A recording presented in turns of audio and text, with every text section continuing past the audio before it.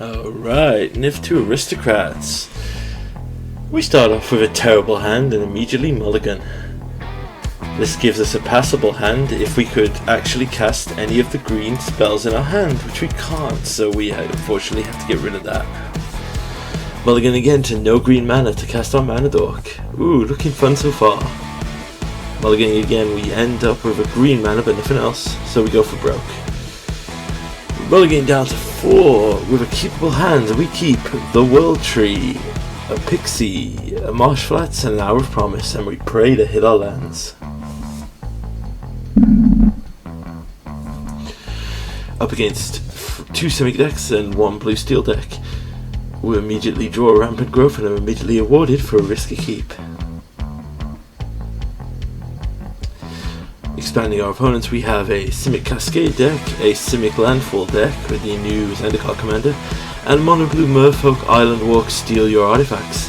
Joke's on them, we run 0 in this Niv build. So, inevitably when he goes for value in the 5 colour deck, we get to laugh in his face.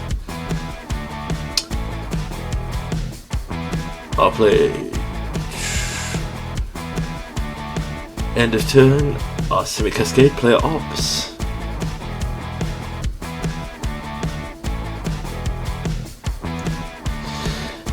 Our Simic Landfall player keeps his mana open, making me suspect that he may indeed be new to MTGO.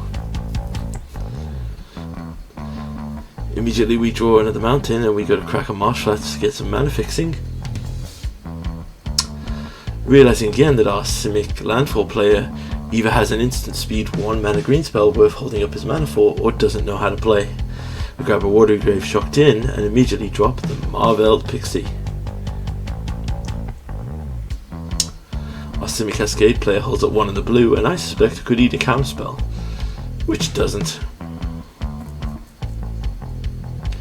Immediately though, we have drawn an island, which means that our new Merfolk friend can immediately punch us. Particularly now with Swiftfoot Boots and Haste.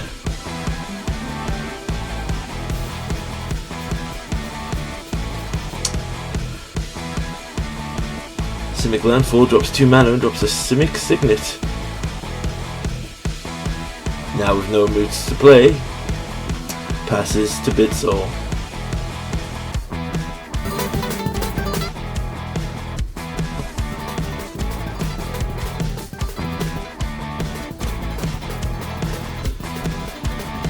Simic Cascade player drops Omen of the Hunt, tutoring out a basic land for his deck tapped, and eventually later being able to sack. Nice inclusion. We continue the ramp party on our turn by casting our Rampant Growth.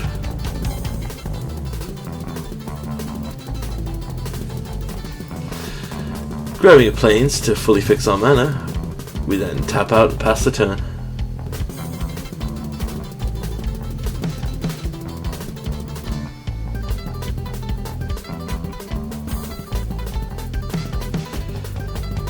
Our Merfolk player immediately concedes because he apparently didn't draw his 3rd land.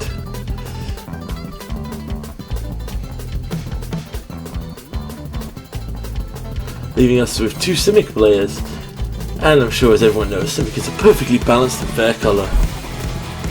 Dropping a tap land, it passes to Simic Cascade, who plays Wilderness Reclamation, another fun card indeed, and a Beseiju Shelters All, making his spells uncounterable but costing him life.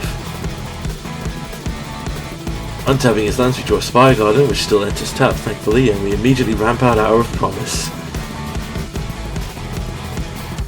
Praying for no counterspell, we immediately grab Field of the Dead and another land as we would normally grab the World Tree.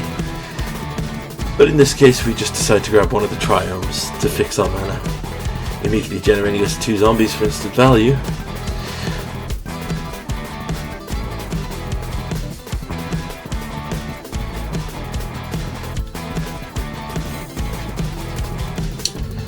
We move to combat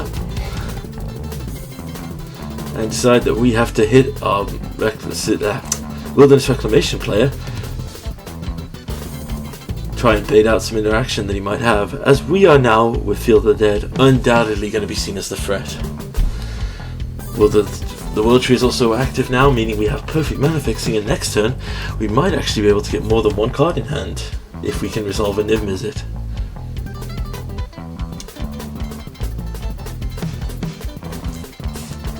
Simic Landfall player drops in a Muldrifter, and our Simic Cascade player immediately sacks Omen of the Hunt to scry.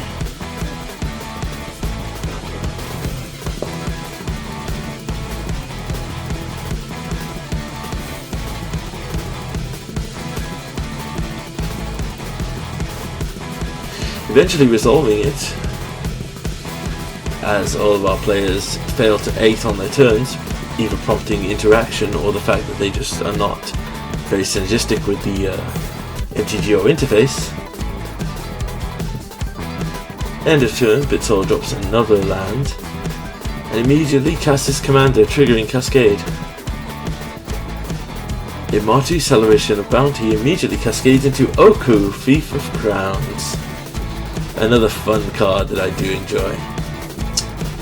However, in this situation it's actually perfectly valid, as any kind of Elking would create us into most of our creatures bigger.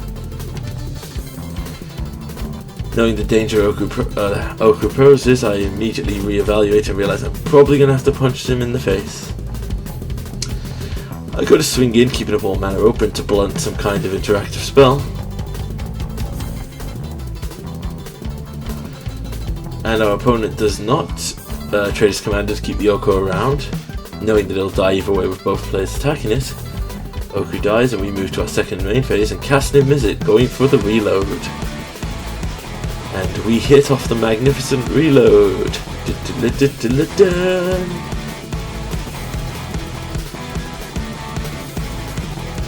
We hit 4 cards. Cartel Aristocrat, Ionize for protection, Draconic Disciple, and Eladamri's Call. End of turn, I probably should Eladamri's Call, but can't remember if I did, as I'm recording this audio post-game.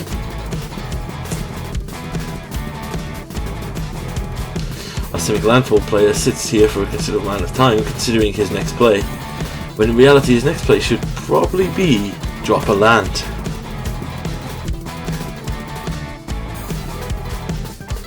Which he eventually does after I check messages to see if he's disconnected. We then realise that he spent his entire time considering that maybe casting his commander in a game of Commander was the correct play.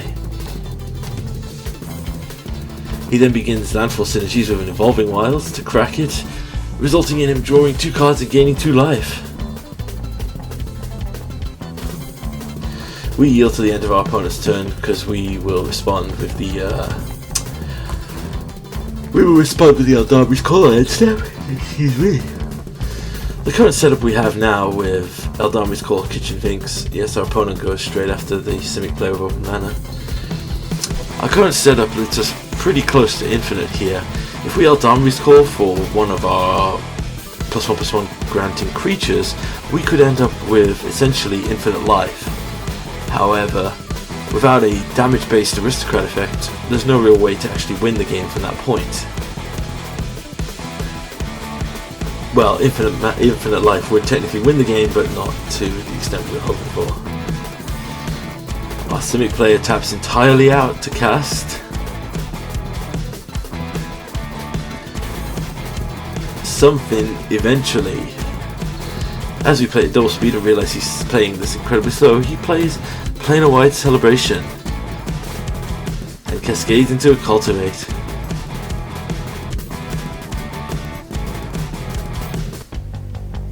He chooses to return target permanent, his Oko to his hand, make 2 citizens,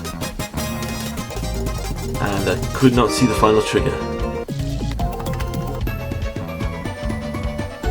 At the end step, Wilderness Reclamation untaps all his lands. In response to this trigger while he's tapped out, we cast Eldamri's Call. And I consider long and hard if I should be going for the full interaction here, or am I going to take a step closer to the combo. Assessing my choices, I eventually decide on Mayhem Devil. reasoning that there's plenty of Simic creatures which trigger the effects of the combos. Not to mention with so resolving our Mayhem Devil, we now have the power of a Pinger. Fortunately, our opponent has a Growth Spiral, not a counterspell.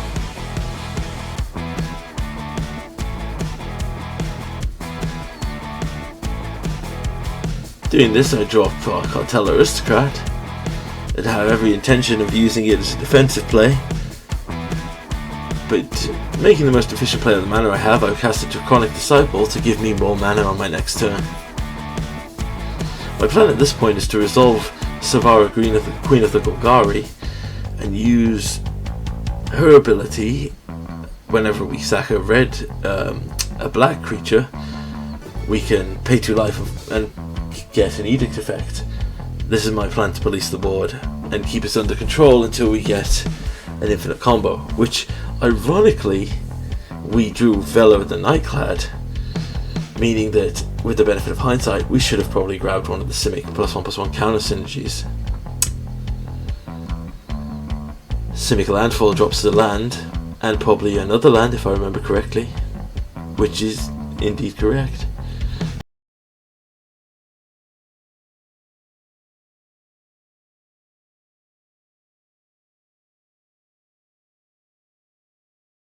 We sit here as he considers that he should probably just cast a big spell. Oh, but we have a second Growth Spiral. At this point I consider if Growth Spiral is in my deck, as all 3 of us casting Growth Spiral would be a nice little bit of brotherly synergy.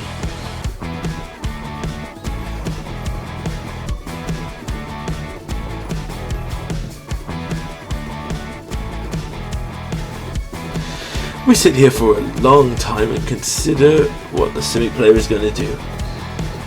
And my advice to him is you either cast a big green creature, or a big blue spell, or maybe a big Simic spell. Which he does indeed. He casts Murkfiend Liege, another untap ability that pumps his entire team. This results in us having to deal with now 2 untapped synergies and constantly active boards. Fortunately, our landfall player doesn't untap all of his lands, or we'd be in all great deal of trouble here. Assessing that the Simic player with mana up is still probably the biggest threat at the table, as all I've done is play a bunch of little creatures that he doesn't seem to think synergize too well. He swings in. End step, his Murkfiend untaps all his creatures. Simic Cascade drops the land, a Fabled Passage, and goes for an uncounterable big spell. I turn off auto yield so that I can respond by stacking my board, and realise he cast a horrendous Vorinclex, meaning that but at this point Hornets casts a counterspell, saving my life. Blitzol's cascades into a Simic Signet, and at this point I resolve that the Simic player must die. Cracking his Fabled Passage triggers my Mayhem Devil, and I take this opportunity to kill his commander. Simply put, attempting to resolve a Vorinclex on any board should instantly result in a death sentence. In Magic, not in life. That's up to your playgroup. Our opponent drops Oko, and I sense an Elk coming, but where is it going? It goes on to our Simic Landfall player's commander, which still gets the pump from the Murkfiend because it's still technically green. After our opponent untaps his land, I resolved it on my next turn to cast Queen of the Golgari, but immediately draw a Farseek. First, we cast Queen of the Golgari, in the hope that we can trigger an Edict effect in our second combat step. Eventually. Moving to combat, we then swing in at our Oko Queen of. We go in at the air with Niv Mizzet to guarantee that Oko dies if he gets through, and we swing everything else at Blitzol himself. Our opponent makes no blocks and takes the damage. Once again, Oko dies. I wish it was this easy in every other format that's ever existed. Post-combat main phase, we tap 2 green to cast Farseek to guarantee us another land drop and make us another zombie.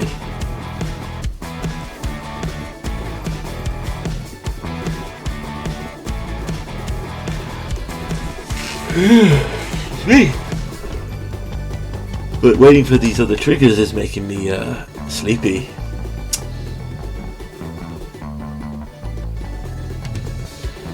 Simic Landfall untaps with no landfall synergies now.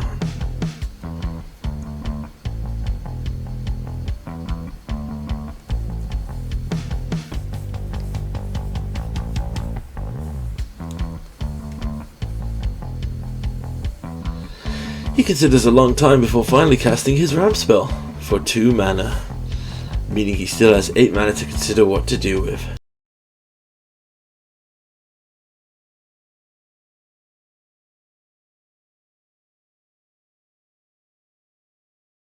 Explore because I'm so bored and put it on my other monitor to pump in some music or a YouTube video to keep me entertained as our opponent continues to go on. Once again I go to check if he's disconnected and see that he's trying to cast Scourge of Fleets. Fortunately I've left just enough mana up to cast Ionize, as I really don't want to lose this entire board. I choose to fight over this spell. In theory I could sack my board to the Cartel Aristocrat and cause massive edict effects, but honestly I'm in a good swing down beat stick position here and want to keep it going. Honestly, I'm getting close to a position where, in retaliation for me stopping him bouncing his board, he swings out at me. And I consider my next move. I mean, I would if he would move to the actual blocking step. I decided to block his 4/4 and his 2/4/4s from 2 of my creatures and sack them with Cartel Aristocrat, triggering both the effects of the Queen of the Golgari and the Mayhem Devil. I use the Queen of Golgari with the blocking token to cause an easy effect on the table, and then use the Cartel Aristocrat's ability to grant it pro green so that it will not be killed blocking the creature.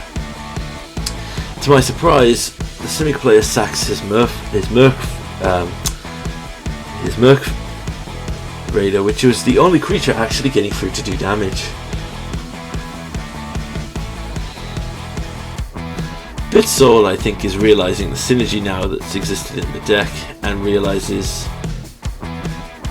that potentially he will never resolve any real creatures, as everything I get now gets hit in. So with 2 damage from the Mayhem Devils from my opponent's sacking creatures and pro green, my Cartel Aristocrat actually kills my opponent's commander. I decide not to do any more sacking and let the Merc Fiend untap.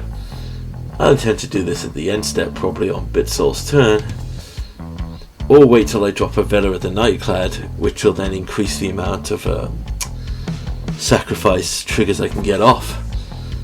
At this point it's worth noting that I should probably be doing mathematics to figure out if I can actually kill any of these players with this board state.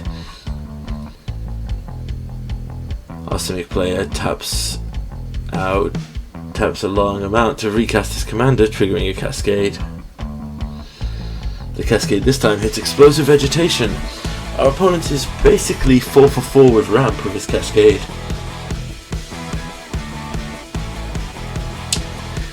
However, we look through his deck and see some very cool, very fun spells. Opponent drops a Coiling Oracle and hits off the top of the deck an Arcane Signet. Even their mini Cascades are drawing them effectively ramp. Effectively going down to 2 cards in hand now and a huge amount of mana. I also realised that Velar the Nightclad gives Intimidate to all my creatures, meaning that they're essentially unblockable. Well, on this current board state, unless an opponent drops an artifact creature. Realising we also have a token producing commander, I calculate my mana and realise that yes, Velar the Nightclad is totally the right play here. Praying there's no counterspell, we try to get her to resolve.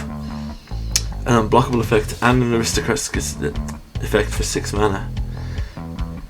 Now, with all my creatures pretty much unblockable, we move to combat.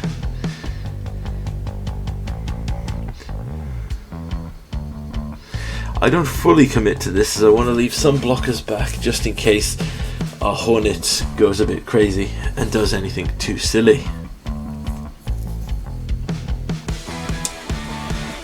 In total we swing in for a healthy 20.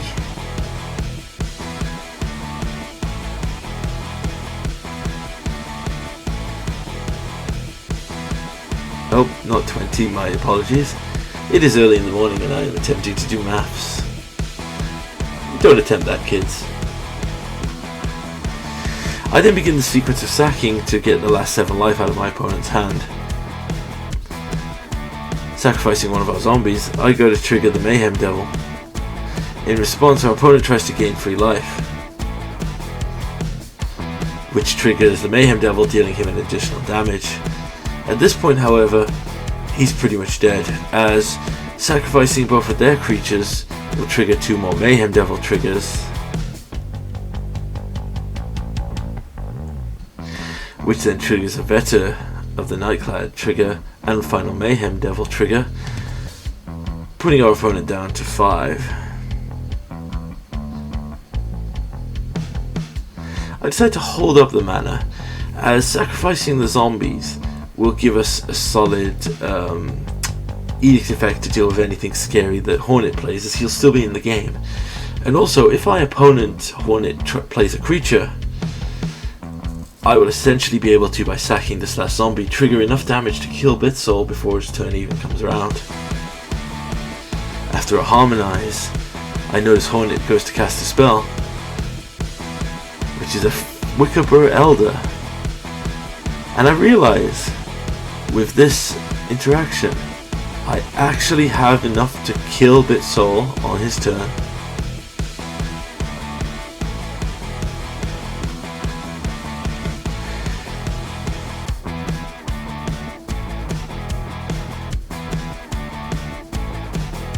Hornet finally acknowledges me as a threat after I've countered his spell and potentially just killed one of the other players at the table. But now I will acknowledge this is 5 damage because... Sorry, this is 4 damage as I consider the maths of this. Hornet again holds up. Alright, end step, we sack a zombie, triggering the Queen of Golgari, the Mayhem Devil and the Velta. Mayhem Devil deals 1 damage, Velta deals another, 2 damage down. In response to me having to do complicated maths, our opponent concedes, realizing he is inevitably dead. However, I choose to still resolve the Golgari trigger to get rid of our opponent's last spore.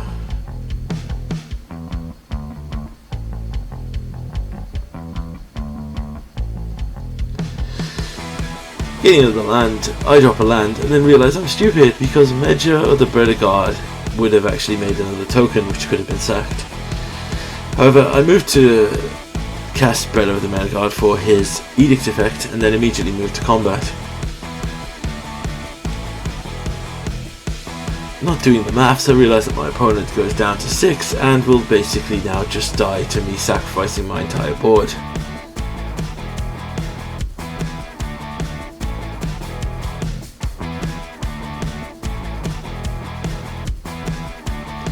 I realise that Hornet here is pissed off at the other player for leaving and not helping him resolve it.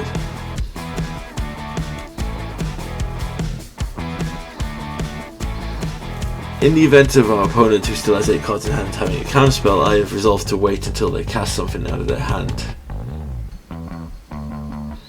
Our opponent goes for a Meteor Golem and attempts to destroy the Queen of the Golgari. In response, we trigger the sacking,